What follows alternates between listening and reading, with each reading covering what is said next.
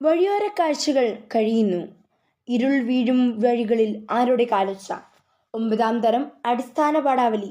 നടക്കും തോറും തെളിയും വഴികൾ എന്ന യൂണിറ്റിലെ 3ാമത്തെ പാഠം. മണൽ കൂനകൾക്കിടയിലൂടെ. നാട്ടിൽ മണൽവാരൽ തൊഴിലാളിയായിരുന്നു നജീബ്. ജീവിത പ്രയാസങ്ങളിൽ നിന്നും രക്ഷ നേടാൻ ഏറെ പ്രതീക്ഷകളോടെ ഗൾഫിലേക്ക് പോകാനൊരുങ്ങുന്നു. കൂടെ പരിചയക്കാരനായ ഹക്കീമും. ബോംബെ വഴി സൗദി അറേബ്യയിലേക്ക് പുറപ്പെടുന്ന അവർക്ക് അയൽക്കാരനായിരുന്ന ശശി ബോംബെയിൽ വെച്ച് എല്ലാ സഹായവും ചെയ്തു കൊടുക്കുന്നു. റിയാദിൽ വിമാനമിറങ്ങിയ അവർ എയർപോർട്ടിൽ ഏറെ നേരം അർബാബിനെ കാത്തിരുന്നു. ഇതിനിടയിൽ അവിടെ എത്തിയ ആൾ തങ്ങളുടെ അർബാബാണെന്ന് കരുതി രണ്ടുപേരും അയാൾക്കൊപ്പം പോകുന്നു. ഞാൻ കണ്ടിട്ടുള്ളതിൽ വെച്ച് ഏറ്റവും പഴക്കം ചെന്ന ഒരു വണ്ടിയായിരുന്നു എൻ്റെ അർബാബിൻ്റേത്. ഡോറും ബോണറ്റും ടോപ്പും ഒക്കെ പെയിൻ്റ് ഇളകി തുരുമ്പ് പിടിച്ചിരുന്നു. ഡോറുകളുടെ ലോക്ക് നഷ്ടപ്പെട്ട് കയറുകൊണ്ട് കെട്ടിവെച്ചിരിക്കുകയാണ്. സീറ്റിൻ്റെ കുഷനിളകി സ്പ്രിങ്ങുകൾ വെളിയിൽ കാണാമായിരുന്നു. വണ്ടിക്ക് അടുത്തെത്തിയതും അർബാബിൻ്റെ ബാഗ് തട്ടിപ്പറിച്ച് വണ്ടിയുടെ പിറകിലെ തുറന്ന ഭാഗത്തേക്ക് ഒരേറ് വെച്ച് കൊടുത്തു. അർബാബ്: എൻ്റെ ഉമ്മ തന്നെ വെച്ച ബീനച്ചാർ, എൻ്റെ സൈനുവിൻ്റെ നാരങ്ങ അച്ചാർ. എൻ്റെ ശംഖ് പൊള്ളിപ്പോയി. ഹക്കീമിൻ്റെ ബാഗ് തട്ടിപ്പറിക്കുന്നതിന് മുൻപ് അവൻ അത് ഓടിക്കൊണ്ടുപോയി പിറകിൽ വെച്ചു. അവൻ്റെ കയ്യിൽ അച്ചാറും വെളിച്ചെണ്ണയും അടക്കം കുപ്പി ഐറ്റംസ് കുറേയേറെ ഉണ്ടായിരുന്നു. അർബാബ് ഡ്രൈവർ വശത്തെ വാതിൽ തുറന്ന് സീറ്റിലേക്ക് ചാടിക്കയറിയിരുന്നു. സത്യത്തിൽ ഡ്രൈവറെ കൂടാതെ മറ്റൊരാൾക്ക് കൂടി ഇരിക്കാനുള്ള സ്ഥലമേ ക്യാബിൻ്റെ ഉള്ളിലുള്ളൂ. ഞാനും ഹക്കീമും കൂടി. ഓ, എങ്ങനെയെങ്കിലും ഞെരുക്കി ഞെരുക്കി ഇരിക്കാം. ഞാൻ മറുഡോർ തുറക്കാനാഞ്ഞതും അർബാബ് എന്തോ ഒന്ന് അലറി. ഞാൻ ഞെട്ടി പിറകോട്ട് മാറി. അർബാബ് പിറകിലേക്ക് കൈ ചൂണ്ടി. ഒന്നും മനസ്സിലാവാതെ ഞങ്ങൾ ഡോറിൽ പിടിച്ചു തന്നെ നിന്നു. അർബാബ് പിന്നെയും കൈ ചൂണ്ടി. യാ അള്ളാ എന്നലറി. പിന്നെ കോപത്തോടെ വാതിൽ തുറന്നിറങ്ങി വന്ന് എൻ്റെ കൈ പിടിച്ച് പിന്നിലേക്ക് കൊണ്ടുപോയി പിറകുവശത്തെ തുറന്ന ക്യാബിനിലേക്ക് തള്ളി. അത് കണ്ട് ഹക്കീം അവിടേക്ക് ചാടിക്കയറി. അർബാബ് തിടുക്കത്തിൽ ചെന്ന് വണ്ടി സ്റ്റാർട്ട് ചെയ്ത് ഓടിച്ചു പോയി. വണ്ടിയുടെ പിൻഭാഗത്ത് 2-3 വലിയ അലൂമിനിയം പാത്രങ്ങളും കുറച്ച് പുല്ലും കുറേ ചാക്കുകെട്ടുകളും ഉണ്ടായിരുന്നു. സൈഡിലെ അഴിയിൽ പിടിച്ച് വല്ല വിധേനയും ഞങ്ങൾ അവിടെ ഇരുന്നു. ഏതോ പുരാതന ലോകത്തു നിന്നും ഇറക്കിക്കൊണ്ടു വന്നതുപോലെ പഴഞ്ചനായിരുന്നെങ്കിലും വണ്ടിക്ക് നല്ല സ്പീഡുണ്ടെന്ന് തോന്നി. അതിൻ്റെ ഇരമ്പലും ചിലക്കലും മാത്രമായിരുന്നു അതികഠിനം. എന്നാൽ എയർപോർട്ട് വഴി വിട്ട് പ്രധാന നിരത്തിലേക്ക് ഇറങ്ങിക്കഴിഞ്ഞപ്പോഴാണ് അതിൻ്റെ ശരിക്കുമുള്ള വേഗം എനിക്ക് ബോധ്യപ്പെട്ടത്. 100 കണക്കിന് വാഹനങ്ങൾ അതിനെ നിർദാക്ഷിണ്യം പിന്തള്ളിക്കൊണ്ടിരുന്നു. അത് ആകെ പിന്തള്ളുന്നത് സ്വന്തം പുകക്കുഴൽ ഊതിവിടുന്ന കരിമ്പുക മാത്രം. ഗൾഫിൻ്റെ വീതിയിലൂടെയുള്ള എൻ്റെ ആദ്യ യാത്ര അതിങ്ങനെ തുറന്ന വണ്ടിയിലായത് എന്നെക്കുറിച്ച് വേദനിപ്പിച്ചെങ്കിലും കൂടുതൽ സന്തോഷിപ്പിക്കുകയാണ് ചെയ്തത്. വഴിയുടെ ഇരുഭാഗത്തുമുള്ള നീളൻ കെട്ടിടങ്ങളുടെയും പ്രഭാപുരത്തിൻ്റെയും കാഴ്ചയെത്രയും അതിൻ്റെ മനോഹരിതയും തെല്ലും ചോരാതെ കാണാൻ അതുകൊണ്ട് മാത്രം എനിക്ക് കഴിഞ്ഞു. അർബാബിനൊപ്പം മുൻസീറ്റിലാണ് ഞാൻ ഇരുന്നതെങ്കിൽ എനിക്ക് ഗൾഫിനെ അതിൻ്റെ പൂർണ്ണതയിൽ ഇങ്ങനെ കാണാൻ കഴിയുമായിരുന്നു.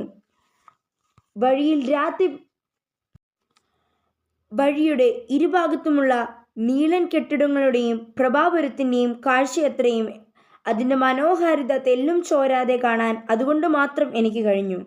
അർബാബിനൊപ്പം മുൻസീറ്റിലാണ് ഞാൻ ഇരുന്നതെങ്കിൽ എനിക്ക് ഗൾഫിനെ അതിൻ്റെ പൂർണ്ണതയിൽ ഇങ്ങനെ കാണാൻ കഴിയുമായിരുന്നു. വഴിയിൽ രാത്രി പിറന്നിരുന്നതുകൊണ്ട് മറ്റു വാഹനങ്ങളിൽ സഞ്ചരിക്കുന്ന ആർക്കും ഞങ്ങളെ കാണാനും കഴിയുമായിരുന്നില്ല.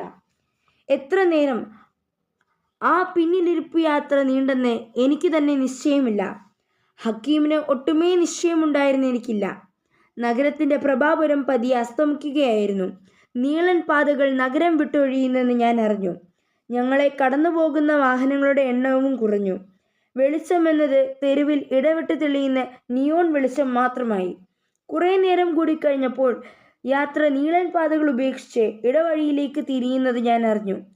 പ്രകാശമെന്നത് അപ്പോൾ വളരെ അകലെ വരുന്ന വിളക്കുകാലുകൾ മാത്രമായി. ഇടയ്ക്കെപ്പോഴോ നോക്കിയപ്പോൾ ഹക്കീം ആ ചാരിയിരിപ്പിൽ ഉറങ്ങിക്കഴിഞ്ഞിരുന്നു. നല്ല യാത്രാക്ഷീണം കാണും, ഉറങ്ങിക്കോട്ടെ എന്ന് ഞാനും വിചാരിച്ചു. യാത്ര ഇടവഴികൾ വിട്ട് മൺപാതയിലേക്ക് പ്രവേശിക്കുന്നത് ഞാൻ അറിഞ്ഞു.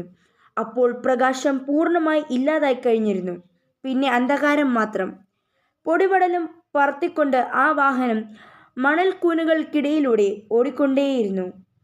വിമാനത്തിൽ നിന്നും എത്രയോ മണിക്കൂറുകൾക്ക് മുൻപ് കിട്ടിയ ഇത്തിരി പച്ചവെള്ളം മാത്രമായിരുന്നു എൻ്റെ അന്നത്തെ അതുവരെയുള്ള ആഹാരം.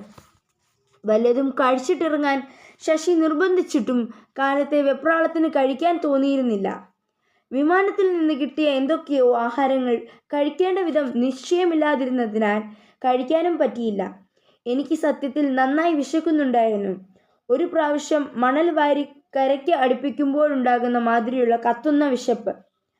എയർപോർട്ടിൽ വെച്ച് ഞാൻ വിശപ്പിൻ്റെ കാര്യം പറഞ്ഞപ്പോൾ ഞാനിപ്പോൾ വിശന്ന് ചത്തേക്കുമെന്നാണ് ഹക്കീം പറഞ്ഞത്.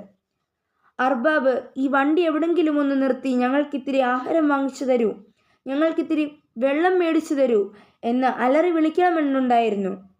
പക്ഷേ ശബ്ദം തൊണ്ടയിൽ കുരുങ്ങിക്കിടന്നതല്ലാതെ ഒട്ടും പുറത്തേക്ക് വന്നതേയില്ല. പേടിയായിരുന്നു. ആ നിലവിളി അർബാബിന് ഇഷ്ടമായില്ലെങ്കിലോ എന്ന പേടി.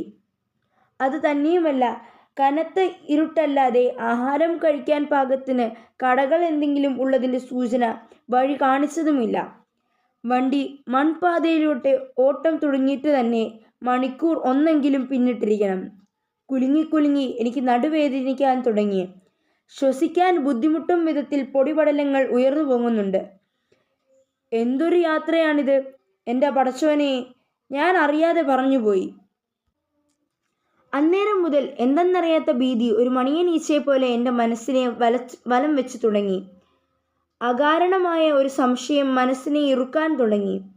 ഞാൻ മോഹിച്ച തരം, ഞാൻ സ്വപ്നം കണ്ട തരം ഒരു ഗൾഫിലേക്കല്ല എൻ്റെ ഈ യാത്ര നീളുന്നത് എന്നൊരു തോന്നൽ. വെറുതെ ഒരു തോന്നൽ. ഞാൻ ആരിൽ നിന്നൊക്കെയോ കേട്ടറിഞ്ഞ ഗൾഫ് ഇങ്ങനെയൊന്നുമല്ല. ഏതോ എവിടെയോ ഒരു കുഴപ്പം മണക്കുന്നത് പോലെ. ഒന്നും